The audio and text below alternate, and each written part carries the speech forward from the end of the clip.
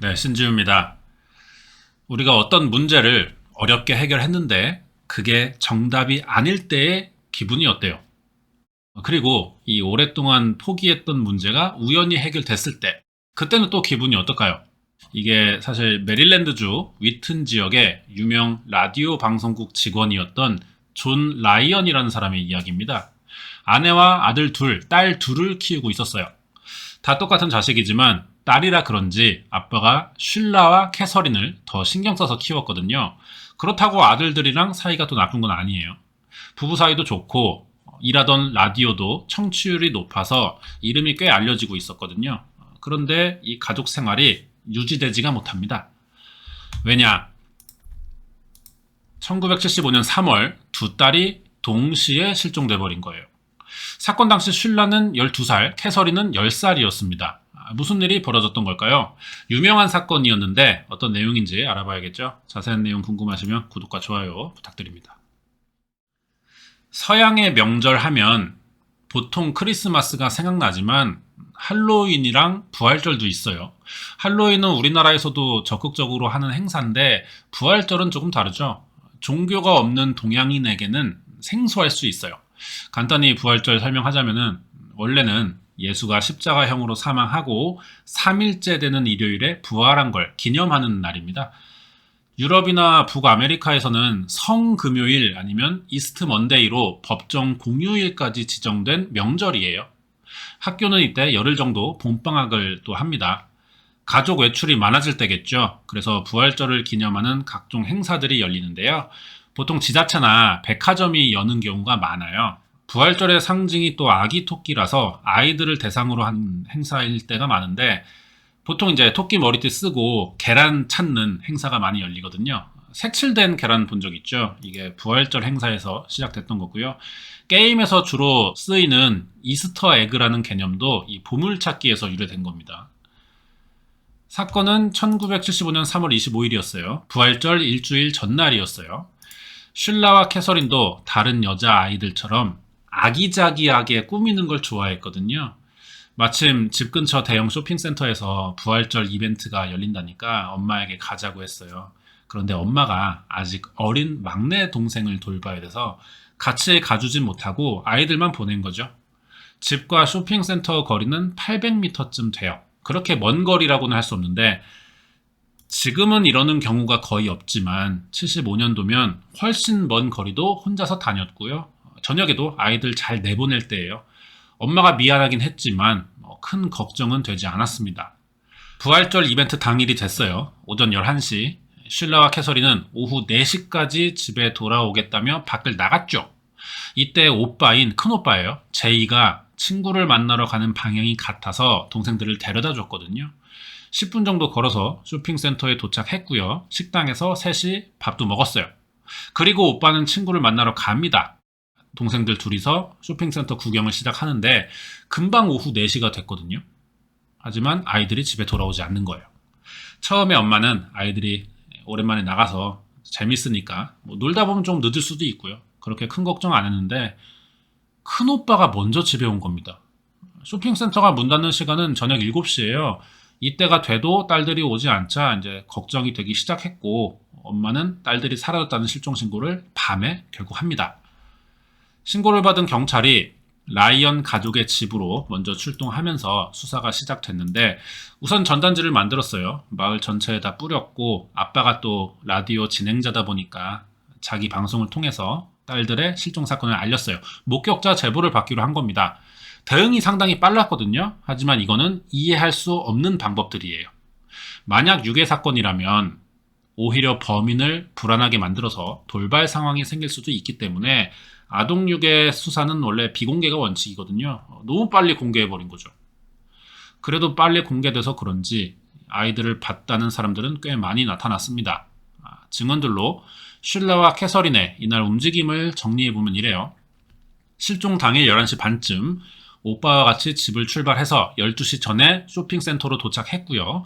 오빠가 화장실에 간 사이에 어떤 남성이 아이들에게 말을 걸었다는 거예요. 무슨 일이 생긴 건 아니고 2시쯤 오빠와 두 동생들이 같이 피자를 먹었는데 이때 주변에 의심스러운 사람은 없었다고 합니다. 마지막으로 목격된 시간은 2시 30분이었어요. 오빠와 헤어지고 실라와 캐서린이 쇼핑센터 밖을 나와 서쪽으로 걸어갔다는 거죠. 여기서 서쪽은 집 방향이에요. 여기까지 정리하면 쉴라와 캐서린은 오빠와 점심을 먹고 헤어진 지 얼마 안 된 오후 2시 반쯤 쇼핑센터 건물을 나와서 800m 떨어진 집으로 가다가 사라졌다는 거죠. 여기서 목격자들이 증언했던 사건과 관련 있어 보이는 남성이 등장하는데 문제는 이게 한 명이 아니라는 겁니다.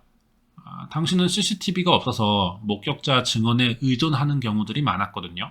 하지만 사람들이 그 순간 범죄의 정황을 인지하고 목격하진 않는다는 거예요. 지나고 나서 이야기 들어보니까 내가 그때 본 그 장면이지 않을까 싶어서 기억을 되짚고 진술하는 경우들이 많다는 거죠. 이럴 때 경찰은 이 증언들이 얼마나 객관적이고 신뢰해야 할지 판단해야 돼요. 신뢰할 만한 사람의 목격이면 그나마 비중을 둘 수는 있겠죠. 이런 사람이 나타났습니다. 평소 라이언의 가족과 친했다는 이웃집 아이예요. 쇼핑센터에서 정체불명의 남자가 유독 슐라와 캐서린을 뚫어져라 지켜보고 있었는데 이 남자가 긴 머리에 허름한 옷차림을 한 10대 후반이나 20대 초반 정도로 보이는 백인이고 얼굴에 여드름 흉터가 많았다고 증언한 거예요. 이 정도면 꽤 구체적이죠. 경찰은 이 아이 증언으로 몽타주를 제작했고 전국에 뿌릴 준비를 하고 있었습니다. 그런데 아이들이 사라진 지 일주일 만에 또 다른 목격자가 나타난 거예요. 이 사람은 쇼핑센터를 돌아다니던 아이들이 50대에서 60대 정도로 보이는 중년 남성과 같이 있었는데 단정한 정장 차림이었고 서류 가방을 들었다고 진술했거든요. 이 가방 안에는 녹음기가 있었대요. 아이들에게 메모지를 나눠주더니 소리내 읽어보라면서 녹음을 하고 있었다는 거죠. 목격자는 이 남자가 아이들에게 어떤 실험을 하는 것처럼 보였다고 증언했어요. 누가 봐도 의심스러운 상황입니다. 이렇게 용의자가 2명이에요. 문제는 두 사람의 증언이 공통점 하나 없이 정반대라는 거죠. 경찰은 수사의 효율성을 높이기 위해서 더 수상해 보이는 사람의 신원부터 확인해 보기로 결정했습니다. 이웃 아이가 봤다는 긴 머리에 허름한 옷차림인 젊은 남성과 아이들의 목소리를 녹음하고 다니는 정장 차림의 중년 남성. 누가 더 수상해 보이나요? 누구 먼저 수사할지 회의에 들어간 경찰은 두 번째 목격자가 증언한 녹음기를 들고 다니던 중년 남성이 더 의심스럽다고 판단했어요. 이 사람의 정체부터 확인해 보기로 합니다. 그러면서 이웃 아이의 증언으로 만들어진 몽타주 배포 계획은 중단되거든요. 이게 사건을 결정짓는 결정적인 순간이었어요. 경찰은 50대 남성을 봤다는 제보자를 만나러 갑니다. 로이드 웰치라는 18살의 남자인데 만나서 이야기 들어보니까 목격 내용이 더 구체적인 거예요. 경찰이 선택을 잘한 것 같죠? 그런데 이상하게 시간이 지날수록 이 로이드의 말은 조금씩 내용이 바뀌기 시작했어요. 처음엔 메모지를 주고 읽으라고 시킨 뒤 녹음을 했다고만 이야기했지만 점점 증언이 추가되더니 나중엔 슐라와 캐서린을 강제로 차에 태우는 것까지 봤다고 하는 겁니다. 뒤늦게 로이드의 진술을 신뢰하기 어렵다고 생각한 경찰은 거짓말 탐지기 조사를 해봤어요. 로이드 웰치의 목격은 거짓말이었습니다. 승질이 뻗친 경찰은 로이드 웰치를 내쫓았고요. 다시 이웃집 아이가 증언한 남성을 찾아보기로 했는데 이미 많은 시간이 지났거든요. 실종 몇 달이 지났고요. 거짓 자백에 휘둘리느라 제대로 단서 하나 찾지 못하고 있었어요. 아이들의 생존은 이제 기대하기 힘든 상황이었습니다. 사람들은 시신이라도 찾아보자며 숲이나 늪지대 안까지 들어가 봤지만 발견되지 않았고요. 이대로 미제 사건이 되거든요. 아이들 실종과 수사 과정은 여기까지예요. 이제 범인 이야기 해봐야 되는데 38년이 지나 2013년이 됩니다. 사건이 일어났던 메릴랜드주 몽고메리 카운티 경찰서가 장기 미제 사건을 담당하는 수사팀을 새로 편성하게 됐어요. 여기서 첫 번째로 맡은 게 이번 1975년 3월 25일에 사라진 라이언 자매 실종 사건이었던 거죠. 40년 전에 이 사건을 담당하던 경찰은 거의 다 은퇴했었고요. 찾은 증거도 없어서 그 당시 수사 내용으로만 재수사를 해야 됐거든요. 사실 검토할 내용도 별로 없습니다. 하지만 수상한 사람 한 명이 눈에 보이긴 했어요. 라이언 자매가 사라지고 일주일 만에 갑자기 나타나서 거짓 증언을 했고 사건 수사를 망쳐버렸던 그 사람입니다. 새 수사관들은 그 당시 18살이었던 로이드 웰치가 이 사건의 용의자일 가능성이 높다는 판단으로 조사를 시작해봤어요. 신원조회 해봤더니 사건 2년 뒤인 1977년에 성폭행으로 잡혀서 지금 교도소에 있던 겁니다. 이게 체포 당시 20살이던 로이드 웰치의 사진이에요. 그리고 이웃집 아이가 증언한 그 몽타주와 비교해보면 똑같다고는 할 수 없는데 꽤 비슷한 편이죠. 여기서 사건은 거의 해결된 거나 마찬가지였어요. 어떻게 증명하느냐의 문제였는데 그때 거짓말 탐지기 검사가 사실 2번 있었거든요. 한 번은 거짓이었고 두 번째는 불분명하지 않다고 나왔습니다. 두 번째 검사가 거짓이라고 볼 수 없다는 건 사실일 가능성도 있다는 거죠.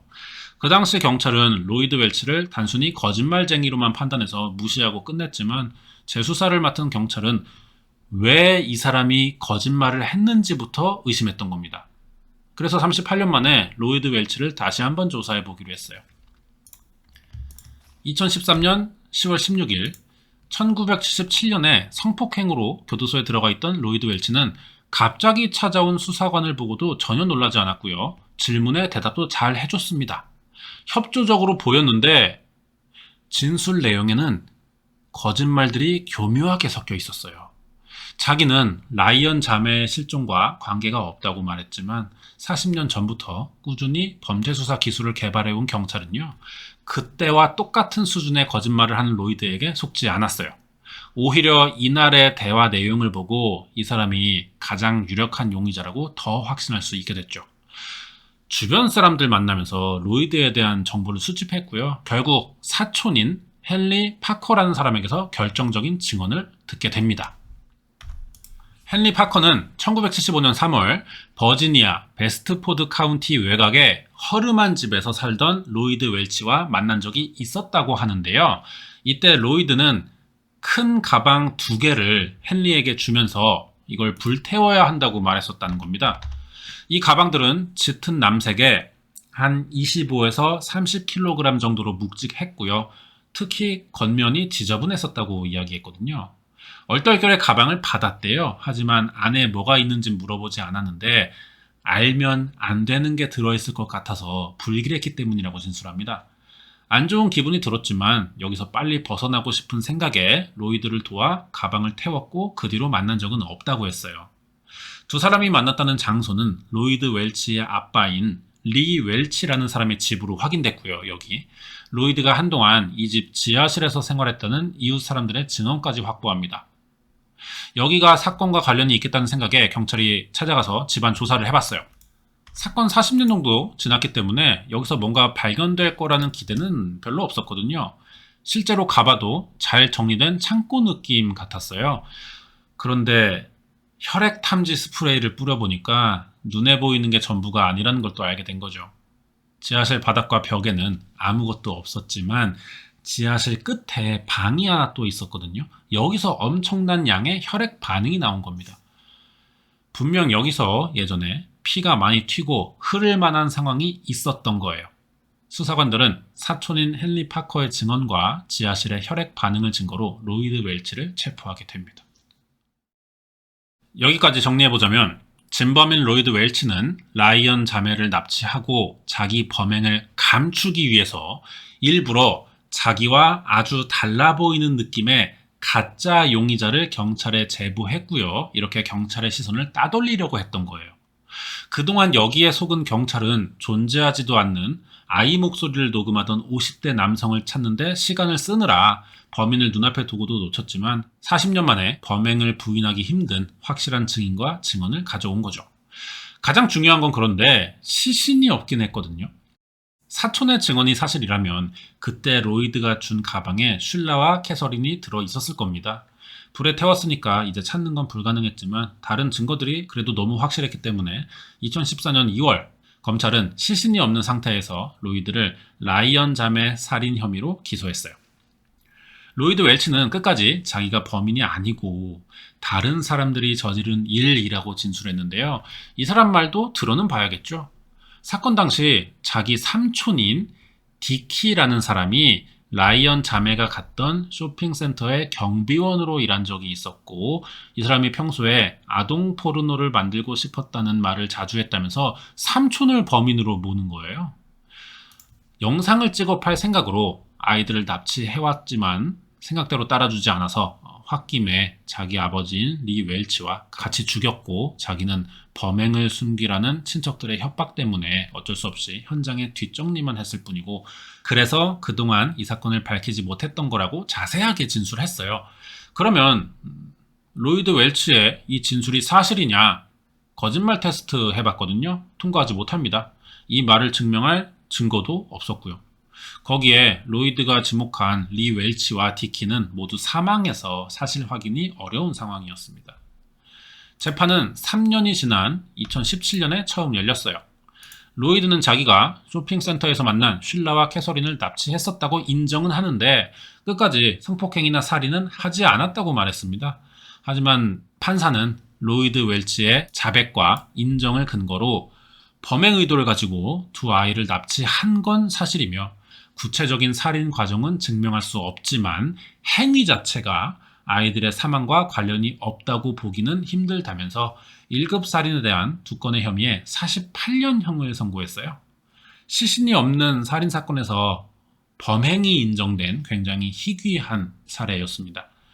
이렇게 메릴랜드주의 장기미제 사건이었던 라이언 자매 실종 사건은 범인이 로이드 웰치로 밝혀지면서 40년 만에 해결이 됐죠.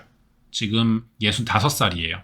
아직 교도소에 있고요. 2026년 2월부터 가석방 신청이 가능하다고 그래요. 준비한 내용이 여기까지고요. 뒤에 관련된 이야기 남아 있습니다. 이번 영상은 40년 만에 진범이 밝혀진 미국의 라이언 자매 실종 사건 파일이었습니다. 네, 38년 만에 그때 그 사람이 범인이었다라는 생각이 들었을 때 경찰 기분이 어땠을지 좀 궁금한데, 그리고 결국 잡긴 했지만 기뻤을까요? 뭐 그렇지는 않다고 생각되거든요. 분명히 해결할 수 있는 사건을 실수로 놓쳤고 결국 해결했지만 아이들을 구한 것도 아니고요. 예전에 제가 화성연쇄 살인 사건 범인 찾았을 때 그때 그 당시 사건 담당하던 형사들이 TV에 굉장히 많이 나왔었어요. 인터뷰하고 뭐 그 당시 수사 내용 얘기하는데 어떤 한 사람이 유독 너무 기쁘다라는 말을 했었거든요. 되게 즐거워하는 거예요. 범인이 잡혀서. 마치 그 당시 수사 과정을 무슨 영웅담처럼 이야기하고, 사실 그 사람은 그렇게 행동해서는 안 됐거든요. 이제라도 범인을 잡아서 다행이라고 생각하고, 그 당시에 내가 잡지 못해서 뭐 피해자나 유가족한테 미안하다, 그래도 후배들이 고맙다, 뭐 이런 얘기를 했어야 되는데 마치 자기가 무슨 영웅 된 것처럼 굉장히 방송 여러 번 나오면서 즐거워하더라고요. 경찰이 그런 생각을 가지면 안 된다고 생각하는데, 이 라이언 자매 사건 해결한 경찰들, 그리고 그 당시 수사를 실패했던 경찰들 좀 생각이 어떤지 좀 궁금하네요. 예. 자, 관련된 이야기 하자면은, 경찰은 이웃집 아이의 증언을 믿고 계획대로 몽타주를 뿌렸다면은 금방 해결됐었을 것 같아요. 범행 과정도 다 입증이 가능했었을 것 같은데 범인 거짓말에 속으면서 수사를 이제 망친 겁니다. 경찰 행동에 이상한 점이 또 많기도 했어요. 사건 공개를 너무 빨리 해버렸다는 거죠. 신고 하루 만에 라디오를 통해서 사건이 전달됐고요. 이게 아마 아빠의 단독 결정은 아니었겠죠. 경찰과 상의한 결정이었다고 생각이 들어요. 이게 범인을 자극해서 오히려 아이들의 사망을 좀 앞당기는 결과였다고 생각이 드는데, 사건 공개 당시엔 살아있을지도 모르는 일이거든요. 아빠가 유명 라디오 프로 진행자라 이 점을 활용해 보려고 했던 거겠죠. 하지만 이건 수사의 기본을 무시했기 때문에 아이들을 구하지 못했던 것 같아요. 몽타주도 문제였죠. 이웃집 아이의 증언으로 제작됐고 배포될 예정이었는데 범인의 거짓말을 더 신뢰하면서 배포가 중단됐단 말이에요. 그런데 경찰도 범인이 먼저 자기를 노출해 올 거라고는 생각하지 못했을 수도 있어요. 이건 이해가 돼요. 하지만 중요한 건 이미 몽타주는 나와 있었다는 겁니다. 범인과 크게 다른 몽타주도 아니었어요. 로이드 웰치를 의심해 볼 수 있을 정도로 비슷하게 만들어졌는데 왜 로이드 웰치의 진술을 받으면서 이미 나와 있는 몽타주 한번 생각해 보지 못했는지, 이게 좀 이해가 안 되긴 하죠. 가족들 소식이 또 있는데 40년 만에 라이언 자매 실종 사건의 범인이 잡히자 이 사진이 그 재판을 보러 온 부모와 큰오빠 사진이에요. 오른쪽 사람이 동생들 실종되던 날 같이 점심을 먹던 제이라고 합니다. 사건 때문인지 큰오빠가 경찰이 됐고요. 막내 동생은 검사가 됐죠. 하지만 뭐 사건을 배정받지 못했던 것 같아요. 이 사건은 1956년에 같은 미국 일리노이주 시카고에서 비슷한 사건입니다. 이게 그림 시스터즈 살인 사건이라고 하는데 15살, 12살 자매가 동시에 실종됐다가 시신으로 발견됐었거든요. 라이언 자매 사건보다 20년 먼저 일어났고 아직 미제로 남아있어요. 이 사건도 곧 준비해 보도록 하겠습니다. 여기까지예요.